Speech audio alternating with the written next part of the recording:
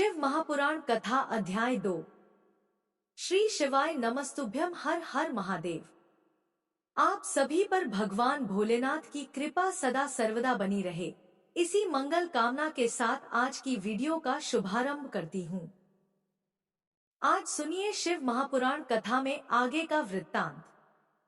सूत जी कहते हैं, हे शौनक जी, जो श्रवण, कीर्तन और मनन इन तीनों साधनों के अनुष्ठान में समर्थ न हो, वह भगवान शंकर के लिंग एवं मूर्ति की स्थापना करके नित्य उसकी पूजा करे तो संसार सागर से पार हो सकता है।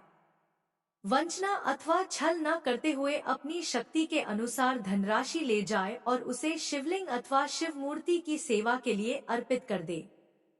साथ ही निरंतर उस लिंग एवं मूर्ति की पूजा भी करे। उसके लिए भक्ति भाव से मंडप, गोपुर, तीर्थ, मठ एवं क्षेत्र की स्थापना करे तथा उत्सव रचाए। वस्त्र, गंध, पुष्प, धूप, दीप तथा पूजा और शाक आदि व्यंजनों से युक्त भांति भांति के भक्ष्य भोजन अन्न नैवेद्य के रूप में समर्पित करे। छत्र, ध्वजा, व्यंजन, चामर तथा अन्य अंगों सहित राजोपचार की भांति सब सामान भगवान शिव के लिंग एवं मूर्ति को चढ़ाए। प्रदक्षिणा, नमस्कार तथा यथाशक्ति जप करे। आवाहन से लेकर विसर्जन तक सारा कार्य प्रतिदिन भक्तिभाव से संपन्न करे। इस प्रकार शिवलिंग अथवा शिव मूर्ति में भगवान शंकर की पूजा करने वाला पुरुष श्रवणादि साधनों का अनुष्ठान न करे तो भी भगवान शिव की प्रसन्नता सिद्धि प्राप्त कर लेता है। पहले के बहुत से महात्मा पुरुष लिंग तथा शिव मूर्ति की पूजा करने मात्र से भवबंधन से मुक्त हो चुके हैं। तब ऋषियों ने पूछा, मूर्ति में ही सर्वत्र देवताओं की पूजा होती है, लिंग में नहीं, परंतु भगवान शिव की पूजा सब जगह मूर्ति में और लिंग में भी क्यों की जाती है? सूत जी ने कहा है, मुनीश्वरों, तुम्हारा यह प्रश्न तो बड़ा ही पवित्र और अत्यंत अद्भुत है। इस विषय में महादेव जी ही वक्ता हो सकते हैं। दूसरा कोई पुरुष कभी और कहीं भी इसका प्रतिपादन नहीं कर सकता। इस प्रश्न के समाधान के लिए भगवान शिव ने जो कुछ कहा है और उसे मैंने गुरुजी के मुख से जिस प्रकार सुना है उसी तरह क्रमशः वर्णन करूंगा। एकमात्र भगवान शिव ही ब्रह्मरूप होने के कारण निष्कल अर्थात निराकार कहे गए हैं। रूपवान होने के कारण उन्हें सकल भी कहा गया है, इसलिए वे सकल और निष्कल दोनों ही हैं। शिव के निष्कल निराकार होने के कारण ही उनकी पूजा का आधारभूत लिंग भी निराकार ही प्राप्त हुआ है, अर्थात शिवलिंग शिव के निराकार स्वरूप का प्रतीक है।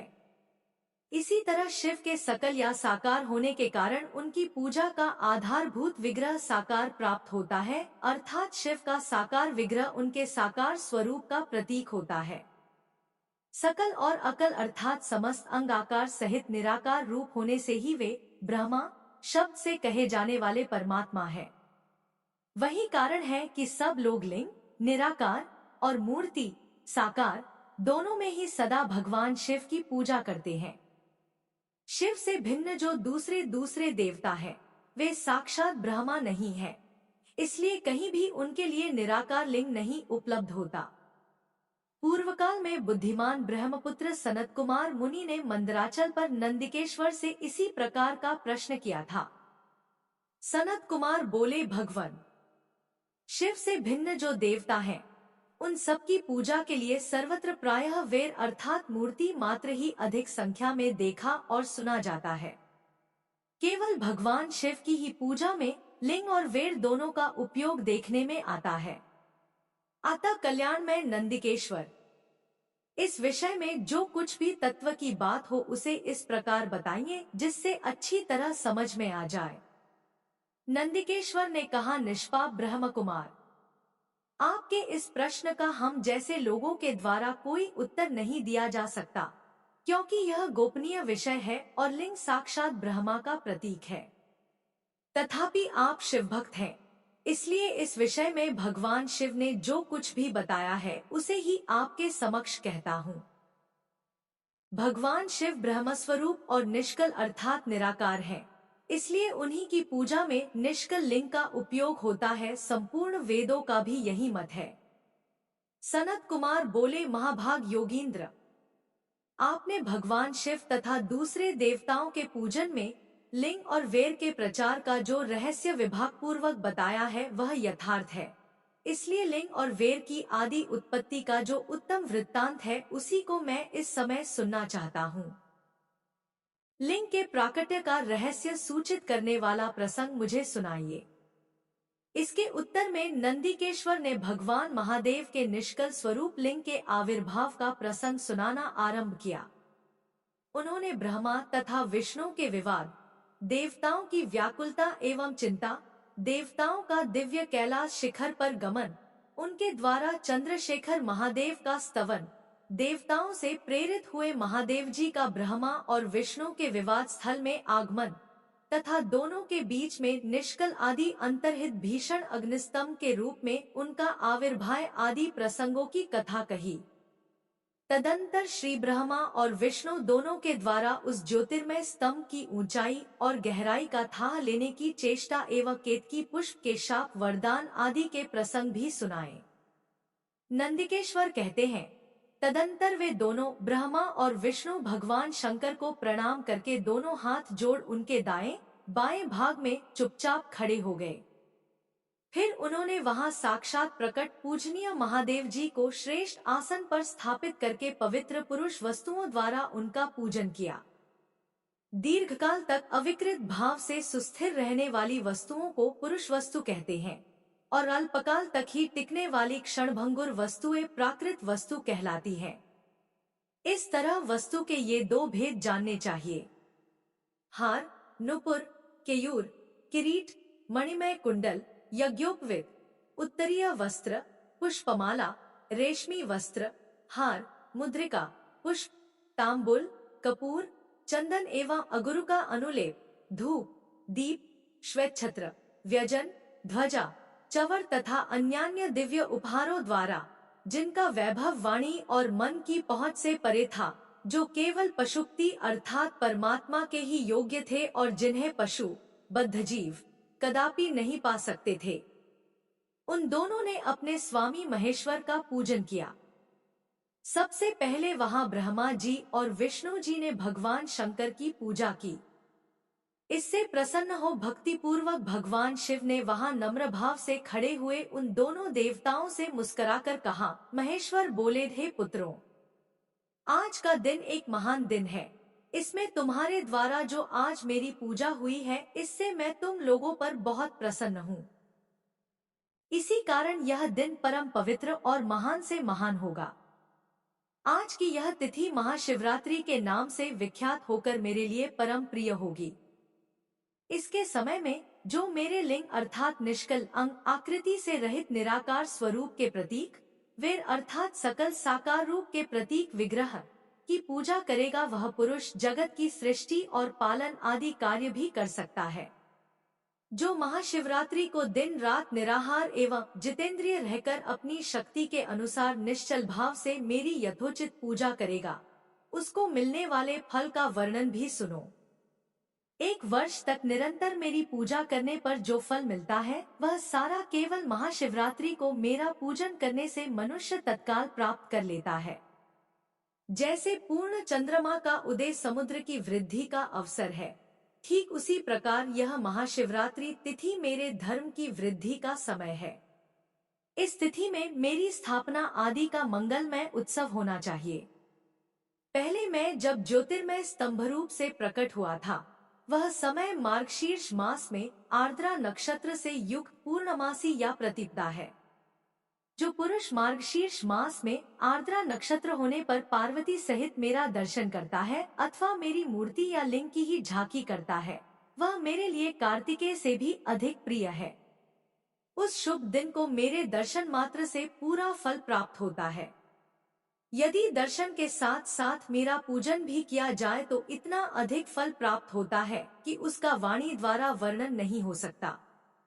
वहां पर मैं लिंग रूप से प्रकट होकर बहुत बड़ा हो गया था, अतः उस लिंग के कारण यह भूतल लिंग स्थान के नाम से प्रसिद्ध हुआ।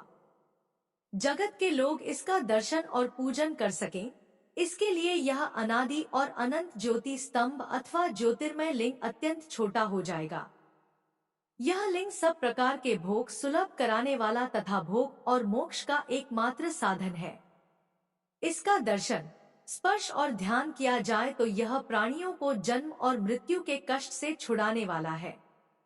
अग्नि के पहाड़ जैसा जो यह शिवलिंग यहाँ प्रकट हुआ है, इसके कारण यह स्थान अरुणाचल नाम से प्रसिद्ध होगा। यहाँ अनेक प्रकार के बड़े बड़े तीर्थ प्रकट होंगे। इस स्थान में निवास करने या मरने से जीवों का मोक्ष तक हो जाएगा। मेरे दो रूप है, सकल और निष्कल। दूसरे किसी के ऐसे रूप नहीं है। पहले मैं स्तंभ रूप से प्रकट हुआ, फिर अपने साक्षात रूप से। ब्रह्म भाव मेरा निष्कल रूप है और महेश्वर भाव सकल रूप, ये दोनों मेरे ही सिद्ध रूप हैं। मैं ही परब्रह्म परमात्मा हूँ। कलायुक्त और अकल मेरे ही स्वरूप हैं। ब्रह्मरूप होने के कारण मैं ईश्वर भी हूँ। जीवों पर अनुग्रह आदि करना मेरा कार्य है। हे ब्रह्मा और केशव, मैं सबसे बृहद और जगत की वृद्धि करने वाला होने के कारण ब्रह्मा कहलाता हूँ। सर्वत्र समरूप से स्थित और व्यापक होने से मैं ही सबका आत्मा हूँ। सर्ग से लेकर अनुग्रह तक अर्थात आत्मा या ईश्वर से भिन्न जो जगत संबंधी 5 कृत्य हैं, वे सदा मेरे ही है। मेरे अतिरिक्त दूसरे किसी के नहीं है, क्योंकि मैं ही सबका ईश्वर हूँ। पहले मेरी ब्रह्मरूपता का बोध कराने के लिए निष्कल लिंग प्रकट हुआ था। फिर अज्ञात ईश्वरत्व का साक्षात्कार कराने के निमित्त में साक्षात जगदीश्वर ही सकल रूप में तत्काल प्रकट हो गया। आता मुझ में जो ईशत्व है उसे ही मेरा सकल रूप जानना चाहिए, तथा जो यह मेरा निष्कल स्तंभ है वह मेरे ब्रह्म स्वरूप का बोध करने वाला है। यह मेरा ही लिंग अर्थात चिन्ह है। तुम दोनों प्रतिदिन वहां रहकर इसका पूजन करो। यह मेरा ही स्वरूप है और मेरे सामीप्य की प्राप्ति कराने वाला है। लिंग और लिंगी में नित्य अभेद होने के कारण मेरे इस लिंग का महान पुरुषों को भी पूजन करना चाहिए। मेरे एक लिंग की स्थापना करने का यह फल बताया गया है कि उपासक को मेरी समानता की प्राप्ति हो जाती है। यदि एक के बाद दूसरे शिवलिंग की भी स्थापना कर दी गई तब तो उपासक को फल रूप से मेरे साथ एकत्व अर्थात सायुज्य मोक्ष रूप फल प्राप्त होता है। प्रधानतया शिवलिंग की ही स्थापना करनी चाहिए। मूर्ति की स्थापना उसकी अपेक्षा गौण कर्म है। शिवलिंग के अभाव में सब ओर से सवेर मूर्तियुक्त होने पर भी वह स्थान क्षेत्र नहीं कहलाता। ब्रह्मा और विष्णु जी ने पूछा, प्रभो, सृष्टि आदि 5 कृत्यों के लक्षण क्या हैं? यह हम दोनों को बताइए। भगवान शिव बोले, मेरे कर्तव्यों को समझना अत्यंत गहन है, तथापि मैं कृपापूर्वक तुम्हें उनके विषय में बता रहा हूँ। ब्रह्मा और अच्युत। सृष्टि, पालन, संहार, तिरोभाव और अनुग्रह, ये 5 ही मेरे जगत संबंधी कार्य हैं जो नित्य सिद्ध हैं। संसार की रचना का जो आरंभ है उसी को सर्ग या सृष्टि कहते हैं। मुझसे पालित होकर सृष्टि का सुस्थिर रूप से रहना ही उसकी स्थिति है और उसका विनाश ही संहार है। प्राणों के उत्क्रमण को तिरोभाव कहते हैं। इन सब से छुटकारा मिल जाना ही मेरा अनुग्रह है। इस प्रकार मेरे 5 कृत्य हैं। सृष्टि आदि जो 4 कृत्य हैं वे संसार का विस्तार करने वाले हैं। 5वां कृत्य अनुग्रह मोक्ष का हेतु है। वह सदा मुझ में ही अचल भाव से स्थिर रहता है। मेरे भक्तजन इन 5 कृत्यों को 5 भूतों में देखते हैं। सृष्टि भूतल में, स्थिति जल में, संहार अग्नि में, तिरोभाव वायु में और अनुग्रह आकाश में स्थित है। पृथ्वी से सबकी सृष्टि होती है, आग सबको जला देती है, वायु सबको एक स्थान से दूसरे स्थान को ले जाती है और आकाश सबको अनुग्रहित करता है। विद्वान पुरुषों को यह विषय इसी रूप में जानना चाहिए। इन 5 कृत्यों का भार वहन करने के लिए ही मेरे 5 मुख हैं। 4 दिशाओं में 4 मुख हैं और इनके बीच में 5वां मुख है। पुत्रों, तुम दोनों ने तपस्या करके प्रसन्न हुए मुझ परमेश्वर से सृष्टि और स्थिति नामक 2 कृत्य प्राप्त किए हैं। ये दोनों तुम्हें बहुत प्रिय हैं। इसी प्रकार मेरी विभूति स्वरूप रुद्र और महेश्वर में 2 अन्य उत्तम कृत्य संहार और तिरोभाव मुझसे प्राप्त किए हैं, परंतु अनुग्रह नामक कृत्य दूसरा कोई नहीं पा सकता। रुद्र और महेश्वर अपने कर्म को भूले नहीं हैं, इसलिए मैंने उनके लिए अपनी समानता प्रदान की है। वे रूप, वेश, कृत्य, वाहन, आसन और आयुध आदि में मेरे समान ही है। मैंने पूर्व काल में अपने स्वरूपभूत मंत्र का उपदेश किया है, जो ओंकार के रूप में प्रसिद्ध है। वह महामंगलकारी मंत्र है। सबसे पहले मेरे मुख से ओंकार अर्थात ओम प्रकट हुआ, जो मेरे स्वरूप का बोध कराने वाला है। ओंकार वाचक है और मैं वाच्य हूँ। वह मंत्र मेरा स्वरूप ही है। प्रतिदिन ओंकार का निरंतर स्मरण करने से मेरा ही सदा स्मरण होता है। मेरे उत्तरवर्ती मुख से अकार का, पश्चिम मुख से उकार का, दक्षिण मुख से मकार का, पूर्ववर्ती मुख से बिंदु का तथा मध्यवर्ती मुख से नाद का प्राकट्य हुआ। इस प्रकार 5 अवयवों से युक्त ओंकार का विस्तार हुआ है। इन सभी अवयवों से एकीभूत होकर वह प्रणव ओम नामक एक अक्षर हो गया। यह नामरूपात्मक सारा जगत तथा वेद उत्पन्न स्त्री पुरुष वर्ग रूप दोनों कुल इस प्रणव मंत्र से व्याप्त है। यह मंत्र शिव और शक्ति दोनों का बोधक है। इसी से पंचाक्षर मंत्र की उत्पत्ति हुई है, जो मेरे सकल रूप का बोधक है। वह अकारादि क्रम से और मकारादि क्रम से क्रमशः प्रकाश में आया है। ओम नमः शिवाय यह पंचाक्षर मंत्र है। इस पंचाक्षर मंत्र से मातृ का वर्ण प्रकट हुए हैं, जो 5 भेद वाले हैं। ऐ उरी लू ये 5 मूलभूत स्वर हैं, तथा व्यंजन भी 5 वर्णों से युक्त 5 वर्ग वाले हैं। उसी से शिरोमंत्र सहित त्रिपदा गायत्री का प्राकट्य हुआ है। उस गायत्री से संपूर्ण वेद प्रकट हुए हैं और उन वेदों से करोड़ों मंत्र निकले हैं। उन मंत्रों से भिन्न भिन्न कार्यों की सिद्धि होती है, परंतु इस प्रणव एवं पंचाक्षर से संपूर्ण मनोरथों की सिद्धि होती है। इस मंत्र समुदाय से भोग और मोक्ष दोनों सिद्ध होते हैं। मेरे सकल स्वरूप से संबंध रखने वाले सभी मंत्रराज साक्षात भोग प्रदान करने वाले और शुभकारक अर्थात मोक्षप्रद हैं। नंदिकेश्वर कहते हैं, तदंतर जगदम्बा पार्वती के साथ बैठे हुए गुरुवर महादेव जी ने उत्तराभिमुख बैठे हुए ब्रह्मा और विष्णु को पर्दा करने वाले वस्त्र से आच्छादित करके उनके मस्तक पर अपना करकमल रखकर धीरे धीरे उच्चारण करके उन्हें उत्तम मंत्र का उपदेश किया। मंत्र तंत्र में बताई हुई विधि के पालन पूर्वक 3 बार मंत्र का उच्चारण करके भगवान शिव ने उन दोनों शिष्यों को मंत्र की दीक्षा दी। फिर उन शिष्यों ने गुरुदक्षिणा के रूप में अपने आप को ही समर्पित कर दिया और दोनों हाथ जोड़कर उनके समीप खड़े हो उन देवेश्वर जगतगुरु का स्तवन किया। ब्रह्मा और विष्णु बोले, प्रभो आप निष्कल रूप हैं, आपको नमस्कार है। आप निष्कल तेज से प्रकाशित होते हैं, आपको नमस्कार है। आप सबके स्वामी हैं, आपको नमस्कार है। आप सर्वात्मा को नमस्कार है अथवा सकल स्वरूप आप महेश्वर को नमस्कार है। आप प्रणव के वाच्यार्थ हैं, आपको नमस्कार है। आप प्रणवलिंग वाले हैं, आपको नमस्कार है। सृष्टि, पालन, संहार, तिरोभाव और अनुग्रह करने वाले आपको नमस्कार है। आपके 5 मुख हैं, आप परमेश्वर को नमस्कार है। पंच ब्रह्म स्वरूप 5 कृत्य वाले आपको नमस्कार है। आप सबके आत्मा है, ब्रह्मा है। आपके गुण और शक्तियां अनंत है, आपको नमस्कार है। आपके सकल और निष्कल 2 रूप हैं। आप सद्गुरु एवं शंभु हैं, आपको नमस्कार है। इन पद्यों द्वारा अपने गुरु महेश्वर की स्तुति करके ब्रह्मा और विष्णु ने उनके चरणों में प्रणाम किया। महेश्वर बोले, आर्द्रा नक्षत्र से युक्त चतुर्दशी को प्रणव का जप किया जाए तो वह अक्षय फल देने वाला होता है। सूर्य की संक्रांति से युक्त महाआर्द्रा नक्षत्र में एक बार किया हुआ प्रणव जप कोटिगुने जप का फल देता है।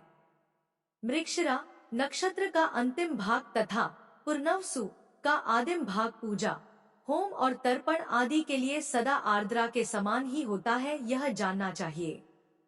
मेरा या मेरे लिंग का दर्शन प्रभात काल में ही प्रातः और संगव अर्थात मध्याह्न के पूर्व काल में करना चाहिए। मेरे दर्शन पूजन के लिए चतुर्दशी तिथि निशिथ व्यापिनी अथवा प्रदोष व्यापिनी लेनी चाहिए, क्योंकि परिवर्तिनी तिथि से संयुक्त चतुर्दशी की ही प्रशंसा की जाती है।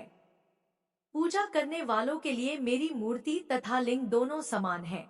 फिर भी मूर्ति की अपेक्षा लिंग का स्थान ऊंचा है, इसलिए मुमुक्षु पुरुषों को चाहिए कि वे वेर अर्थात मूर्ति से भी श्रेष्ठ समझकर लिंग का ही पूजन करें।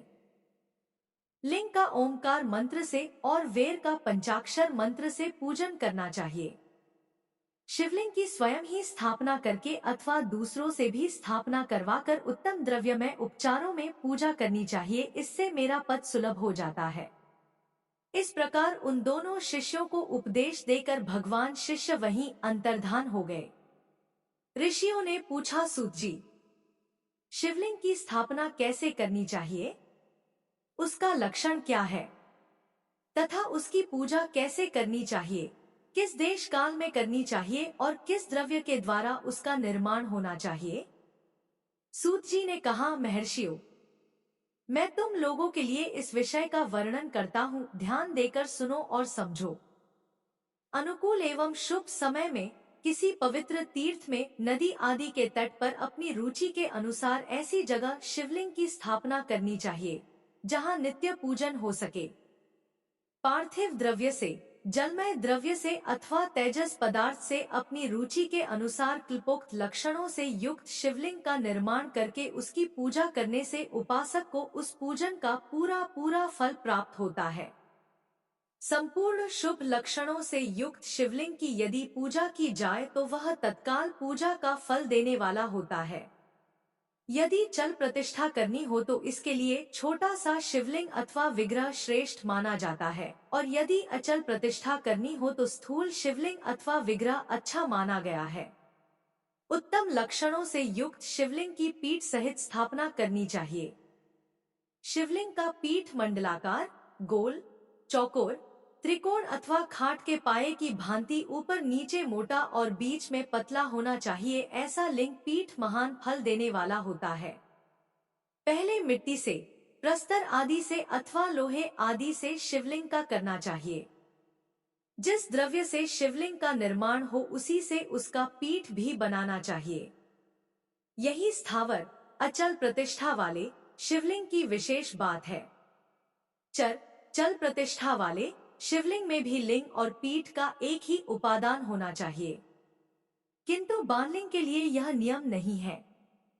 लिंग की लंबाई निर्माणकर्ता या स्थापना करने वाले यजमान के 12 अंगुल के बराबर होनी चाहिए। ऐसे ही शिवलिंग को उत्तम कहा गया है। इससे कम लंबाई हो तो फल में कमी आ जाती है, अधिक हो तो कोई दोष की बात नहीं है। चरलिंग में भी वैसा ही नियम है। उसकी लंबाई कम से कम कर्ता के 1 अंगुल के बराबर होनी चाहिए। उससे छोटा होने पर अल्प फल मिलता है, किंतु उससे अधिक होना दोष की बात नहीं है। यजमान को चाहिए कि वह पहले शिल्पशास्त्र के अनुसार एक विमान या देवालय बनवाए जो देवगणों की मूर्तियों से अलंकृत हो। उसका गर्भगृह बहुत ही सुंदर, सुदृढ़ और दर्पण के समान स्वच्छ हो। उसे 9 प्रकार के रत्नों से विभूषित किया गया हो। उसमें पूर्व और पश्चिम दिशा में 2 मुख्य द्वार हो। जहाँ शिवलिंग की स्थापना करनी हो उस स्थान के गर्त में नीलम, लाल वैदूर्य, श्याम, मरकत, मोती, मूंगा, गोमद और हीरा इन 9 रत्नों को तथा अन्य महत्वपूर्ण द्रव्यों को वैदिक मंत्रों के साथ छोड़े। सद्योजात आदि 5 वैदिक मंत्रों द्वारा ओम सद्योजातम प्रपद्यामि सद्योजाताय वै नमो नमः, भद्रे भवेनातिव्ये भवस्व मां भने भद्रवाय नमः, ओम वामदेवाय नमो, ज्येष्ठाय नमः, श्रेष्ठाय नमो, रुद्राय नमः, कालाय नमः, कलविकरणाय नमो, बलविकारानाय नमो, बलाय नमो, बलप्रमथनाय नमः, सर्वभूतदमनाय नमो, मनोमश्वाय नमः। शिवलिंग का 5 स्थानों में क्रमशः पूजन करके अग्नि में हविष्य की अनेक आहुतियां दे और परिवार सहित मेरी पूजा करके गुरुस्वरूप आचार्य को धन से तथा भाई बंधुओं को मनचाही वस्तुओं से संतुष्ट करे। याचकों को जड़ सुवर्ण, गृह एवं भू संपत्ति तथा चेतन, गौ आदि वैभव प्रदान करे। स्थावर जंगम सभी जीवों को यत्नपूर्वक संतुष्ट करके एक गड्ढे में सुवर्ण तथा 9 प्रकार के रत्न भरकर सद्योजातादि वैदिक मंत्रों का उच्चारण करके परम कल्याणकारी महादेव जी का ध्यान करे। तत्पश्चात नादघोष से युक्त महामंत्र ओंकार का उच्चारण करके उक्त गड्ढे में शिवलिंग की स्थापना करके उसे पीठ से संयुक्त करे। इस प्रकार पीठयुक्त लिंग की स्थापना करके उसे नित्यलेप से जोड़कर स्थिर करे। इसी प्रकार वहां परम सुंदर वीर अर्थात मूर्ति की भी स्थापना करनी चाहिए। सारांश यह कि भूमि संस्कार आदि की सारी विधि जैसी लिंग प्रतिष्ठा के लिए कही गई है, वैसी ही वीर मूर्ति प्रतिष्ठा के लिए भी समझनी चाहिए। अंतर इतना ही है कि लिंग प्रतिष्ठा के लिए प्रणव मंत्र के उच्चारण का विधान, परंतु वीर की प्रतिष्ठा पंचाक्षर मंत्र से करनी चाहिए। जहाँ लिंग की प्रतिष्ठा हुई है वहाँ भी उत्सव के लिए बाहर सवारी निकालने आदि के निमित्त वेर मूर्ति को रखना आवश्यक है। वेर को बाहर से भी लिया जा सकता है, उसे गुरुजनों से ग्रहण करे। वाश्र वेर वही लेने योग्य है जो साधु पुरुषों द्वारा पूजित हो। इस प्रकार लिंग में और वेर में भी की हुई महादेव जी की पूजा शिवपद प्रदान करने वाली होती है। स्थावर और जंगम के भेद से लिंग भी 2 प्रकार का कहा गया है। वृक्ष लता आदि को स्थावर लिंग कहते हैं और कृमि कीट आदि को जंगम लिंग। स्थावर लिंग की सींचने आदि के द्वारा सेवा करनी चाहिए और जंगम लिंग को आहार एवं जल आदि देकर तृप्त करना उचित है। उन स्थावर जंगम जीवों को सुख पहुँचने में अनुरक्त होना भगवान शिव का पूजन है, ऐसा विद्वान पुरुष मानते हैं। यो चराचर जीवों को ही भगवान शंकर के प्रतीक मानकर उनका पूजन करना चाहिए। इस तरह महालिंग की स्थापना करके विविध उपचारों द्वारा उसका पूजन करे। अपनी शक्ति के अनुसार नित्य पूजा करनी चाहिए तथा देवालय के पास ध्वजारोपण आदि करना चाहिए। शिवलिंग साक्षात शिव का पद प्रदान करने वाला है। अथवा चर लिंग में षोडशोपचारों द्वारा यथोचित रीति से क्रमशः पूजन करे। यह पूजन भी शिवपद प्रदान करने वाला है। आवाहन, आसन, अर्घ्य, पाद्य, पाद्यांग आचमन, अभ्यंग पूर्वक स्नान, वस्त्र एवं यज्ञोपवीत, गंध, पुष्प, धूप, दीप, नैवेद्य, तांबूल समर्पण, नीराजन, नमस्कार और विसर्जन ये 16 उपचार है। अथवा अर्घ्य से लेकर नैवेद्य तक विधिवत पूजन करे। अभिषेक, नैवेद्य, नमस्कार और तर्पण ये सब यथाशक्ति नित्य करे। इस तरह किया हुआ शिव का पूजन शिवपद की प्राप्ति कराने वाला होता है। अथवा किसी मनुष्य के द्वारा स्थापित शिवलिंग में, ऋषियों द्वारा स्थापित शिवलिंग में, देवताओं द्वारा स्थापित शिवलिंग में, अपने आप प्रकट हुए स्वयं भूलिंग में तथा अपने द्वारा नूतन स्थापित हुए शिवलिंग में भी उपचार समर्पण पूर्वक जैसे तैसे पूजन करने से या पूजन की सामग्री देने से भी मनुष्य ऊपर जो कुछ कहा गया है वह सारा फल प्राप्त कर लेता है। क्रमशः परिक्रमा और नमस्कार करने से भी शिवलिंग शिवपद की प्राप्ति कराने वाला होता है। यदि निम्न पूर्वक शिवलिंग का दर्शन मात्र कर लिया जाए तो वह भी कल्याणप्रद होता है। मिट्टी, आटा, गाय के गोबर, फूल, कनेर पुष्प, फल, गुड़, मक्खन, भस्म अथवा अन्न से भी अपनी रुचि के अनुसार शिवलिंग बनाकर तदनुसार उसका पूजन करे अथवा प्रतिदिन 10,000 प्रणव मंत्र का जप करे अथवा दोनों संध्याओं के समय 1-1 सहस्त्र प्रणव का जप किया करे। यह क्रम भी शिवपद की प्राप्ति कराने वाला है, ऐसा जानना चाहिए। जप काल में मकारांत प्रणव का उच्चारण मन की शुद्धि करने वाला होता है।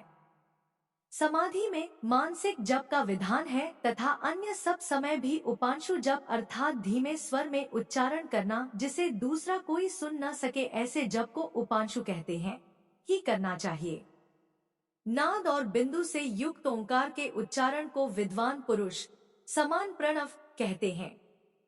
यदि प्रतिदिन आदर पूर्वक 10,000 पंचाक्षर मंत्र का जप किया जाए अथवा दोनों संध्याओं के समय 1-1 सहस्त्र का ही जप किया जाए तो उसे शिवपद की प्राप्ति कराने वाला समझना चाहिए। ब्राह्मणों के लिए आदि में प्रणव से युक्त पंचाक्षर मंत्र अच्छा बताया गया है।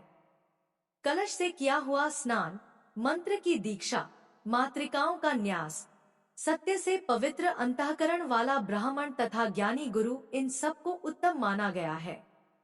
द्विजों के लिए नमः शिवाय के उच्चारण का विधान है। द्विजेत्रों के लिए अंत में नमः पद के प्रयोग की विधि है, अर्थात वे शिवाय नमः इस मंत्र का उच्चारण करें। स्त्रियों के लिए भी कहीं कहीं विधिपूर्वक नमोन उच्चारण का ही विधान है, अर्थात वे भी शिवाय नमः का ही जप करें। कोई कोई ऋषि ब्राह्मण की स्त्रियों के लिए नमः पूर्वक शिवाय के जप की अनुमति देते हैं, अर्थात वे नमः शिवाय का जप करें। पंचाक्षर मंत्र का 5 करोड़ जप करके मनुष्य भगवान सदाशिव के समान हो जाता है। 1, 2, 3 अथवा 4 करोड़ का जप करने से क्रमशः ब्रह्मा, विष्णु, रुद्र तथा महेश्वर का पद प्राप्त होता है। अथवा मंत्र में जितने अक्षर हैं, उनका पृथक पृथक 1-1 लाख जप करे, अथवा समस्त अक्षरों का एक साथ ही जितने अक्षर हों उतने लाख जप करे। इस तरह के जप को शिवपद की प्राप्ति कराने वाला समझना चाहिए।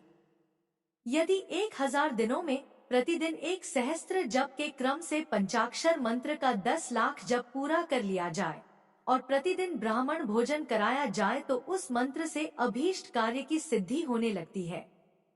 ब्राह्मण को चाहिए कि वह प्रतिदिन प्रातःकाल 1008 बार गायत्री का जप करे।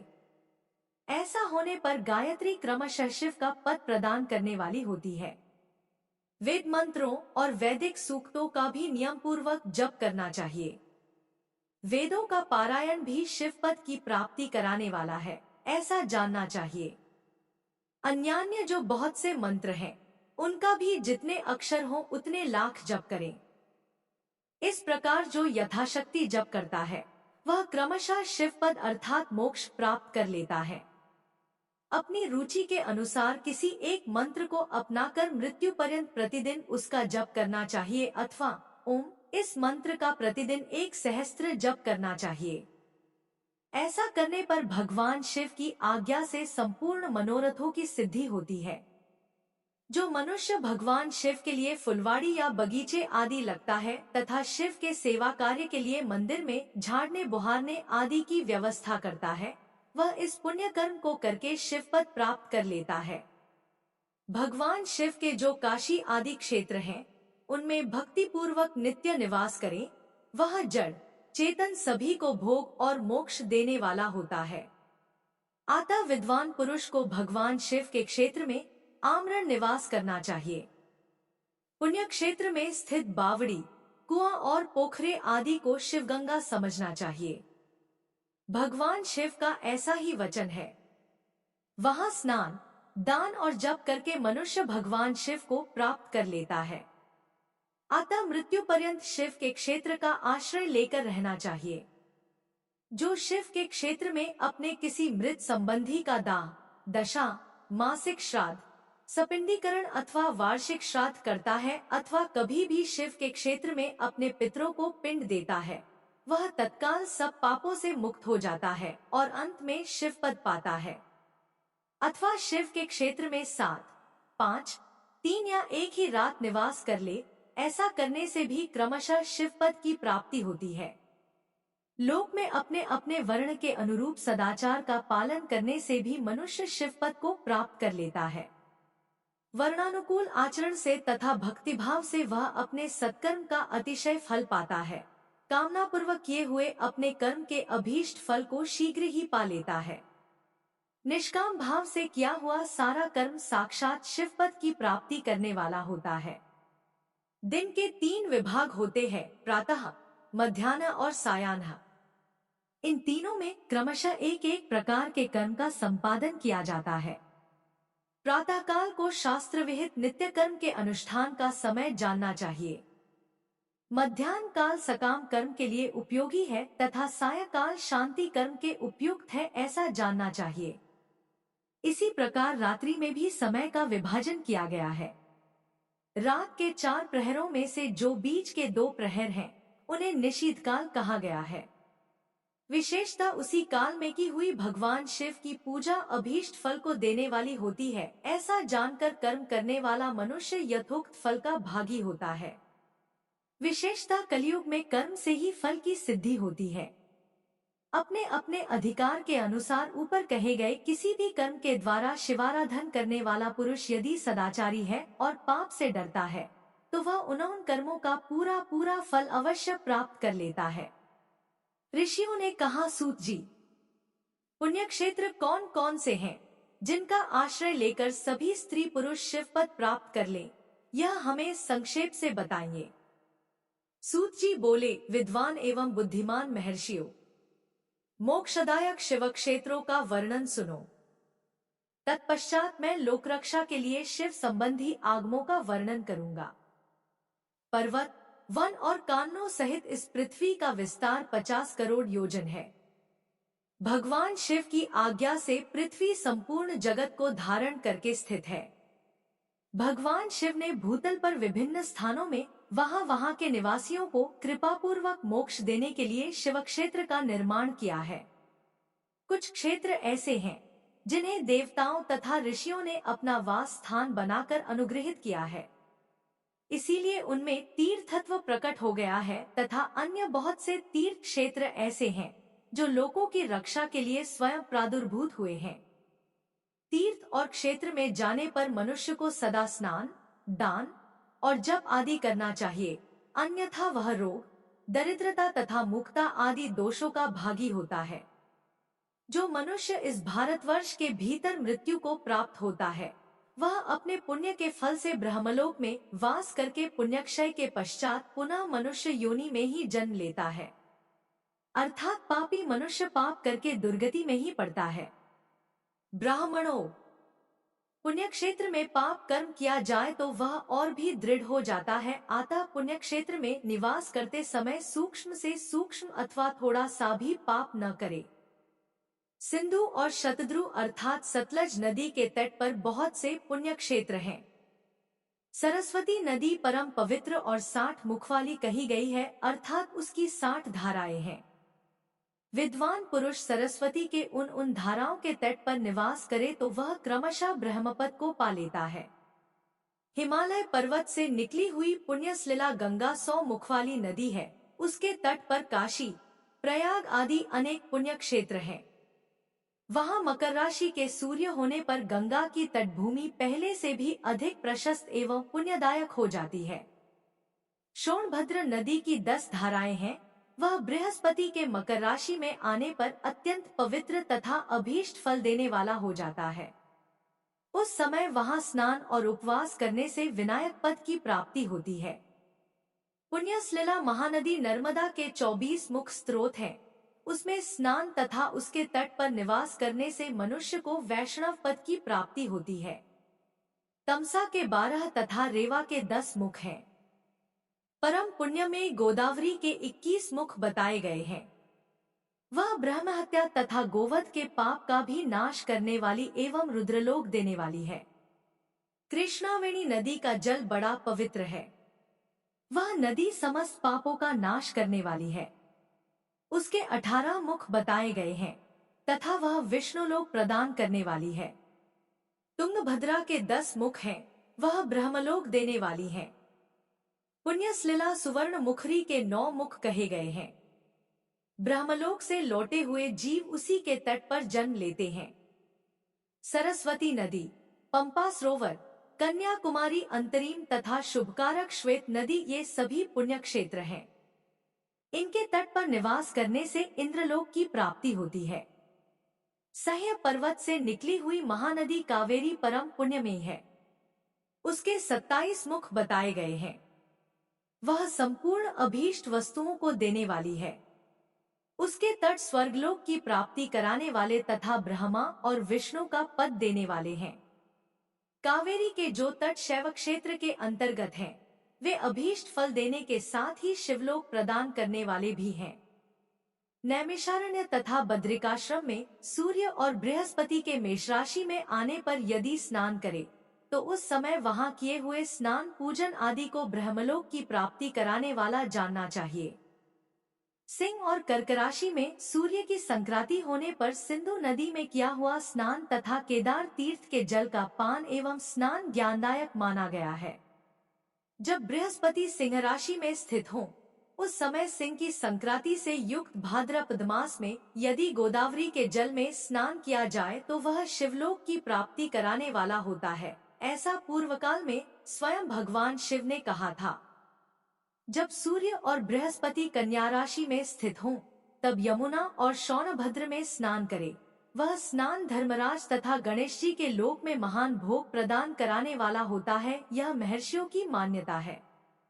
जब सूर्य और बृहस्पति तुला राशि में स्थित हों, उस समय कावेरी नदी में स्नान करे। वह स्नान भगवान विष्णु के वचन की महिमा से संपूर्ण अभीष्ट वस्तुओं को देने वाला माना गया है। जब सूर्य और बृहस्पति वृश्चिक राशि पर आ जाया, तब मार्गशीर्ष के महीने में नर्मदा में स्नान करने से श्री विष्णु लोक की प्राप्ति हो सकती है। सूर्य और बृहस्पति के धनराशि में स्थित होने पर सुवर्ण मुखरी नदी में किया हुआ स्नान शिवलोक प्रदान करने वाला होता है, जैसा कि ब्रह्मा जी का वचन है। जब सूर्य और बृहस्पति मकर राशि में स्थित हों, उस समय माघ मास में गंगा जी के जल में स्नान करना चाहिए। ब्रह्मा जी का कथन है कि वह स्नान शिवलोक की प्राप्ति करने वाला होता है। शिवलोक के पश्चात ब्रह्मा और विष्णु के स्थानों में सुख भोगने पर अंत में मनुष्य को ज्ञान की प्राप्ति हो जाती है। माघ मास में तथा सूर्य के कुंभ राशि में स्थित होने पर फाल्गुन मास में गंगा जी के तट पर किया हुआ श्राद्ध, पिंड दान अथवा तिलोदक दान पिता और नाना दोनों कुलों के पितरों की अनेकों पीढ़ियों का उद्धार करने वाला माना गया है। सूर्य और बृहस्पति जब मीन राशि में स्थित हों, तब कृष्णवेणी नदी में किए गए स्नान की ऋषियों ने प्रशंसा की है। उन महीनों में पूर्वोक्त तीर्थों में किया हुआ स्नान इंद्रपद की प्राप्ति कराने वाला होता है। विद्वान पुरुष गंगा अथवा कावेरी नदी का आश्रय लेकर तीर्थवास करे। ऐसा करने से तत्काल किए हुए पाप का निश्चय ही नाश हो जाता है। रुद्रलोक प्रदान करने वाले बहुत से क्षेत्र हैं। ताम्रपर्णी और वेगवती ये दोनों नदियां ब्रह्मलोक की प्राप्ति रूप फल देने वाली हैं। इन दोनों के तट पर कितने ही स्वर्गदायक क्षेत्र हैं।